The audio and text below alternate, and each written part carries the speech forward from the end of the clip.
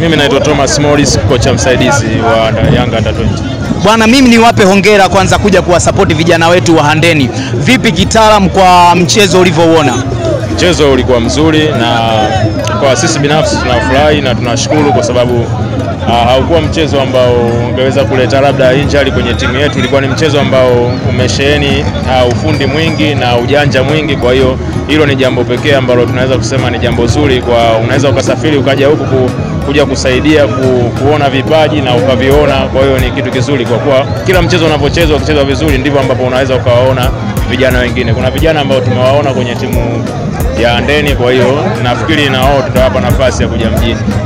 Mchezo uko mzuri, yani tunapishana, yuko kama tuseme kama 50-50. Wapinzani wako wazuri, sisi tuko wazuri, tunapata nafasi nyingi sana, tunashinda kutumia. Kwa ndio hivyo, mwisho wa siku Mungu ndo anaipanga. Mechi ya kirafiki, mchezo kama mchezo mwingine.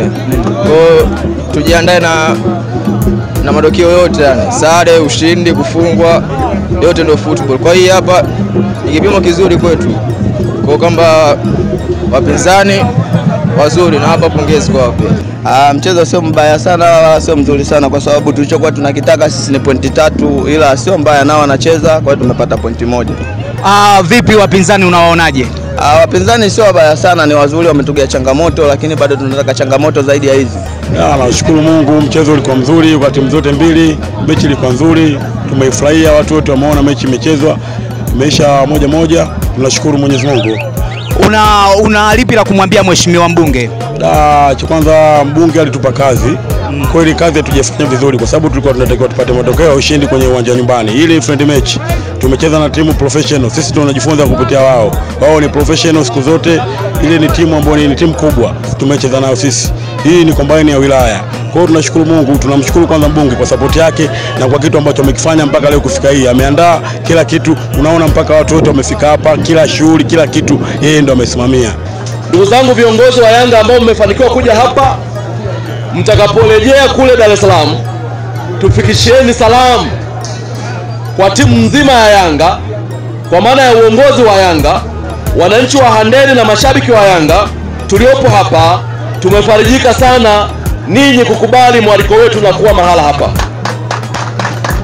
Lakini la pili nishukuru sana viongozi wa Yanga wakiongozwa na benchi la ufundi kwa namna ambavyo tumeshirikiana nao kufanikisha mechi ya leo, lakini zaidi kwa jicho la upanga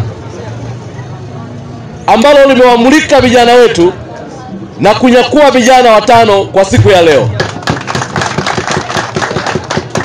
Hii ni historia. Vijana hawa hakuna namna ambayo wangeweza kutimiza ndoto yao ya kuonekana na Yanga kama Yanga wasingeridhia kuwa mahala hapa. Makocha wetu wa timu hii ya Handeni United, ninawashukuruni sana. Tuliendesha ligi hapa kwa Girwa Cup, na kupitia ligi ile ya mbunge ndio tulipata timu hii United. Lakini makocha hao ambao wameifundisha hii timu yetu ya Handeni United ni makocha ambao wametokana na zile timu zilizoshiriki kwenye ile ligi tuliyoshirikiana. Kwa hiyo unaweza kuona hivi vitu vina muendelezo wake. Ndio maana TFF wataendesha mafunzo ya makocha Tanzania nzima, na sisi hapa Handeni wametupa nafasi kupitia TFF yetu ya wilaya, na kushukuru sana mwenyekiti wa TFF hapa. Tuko tayari kuwagharamia makocha wetu waende wakajifunze. Lakini si tu hapo, tutafanya juhudi za maksudi. Kikosi chote cha wachezaji 28 ambao mmepatikana Handeni United, nitajitahidi kuwamega makundi kwa makundi na kuwasogeza kwenda kufanya majaribio kwenye vilabu mbalimbali mpaka pale mtakapoonekana. Watie moyo, tuko pamoja.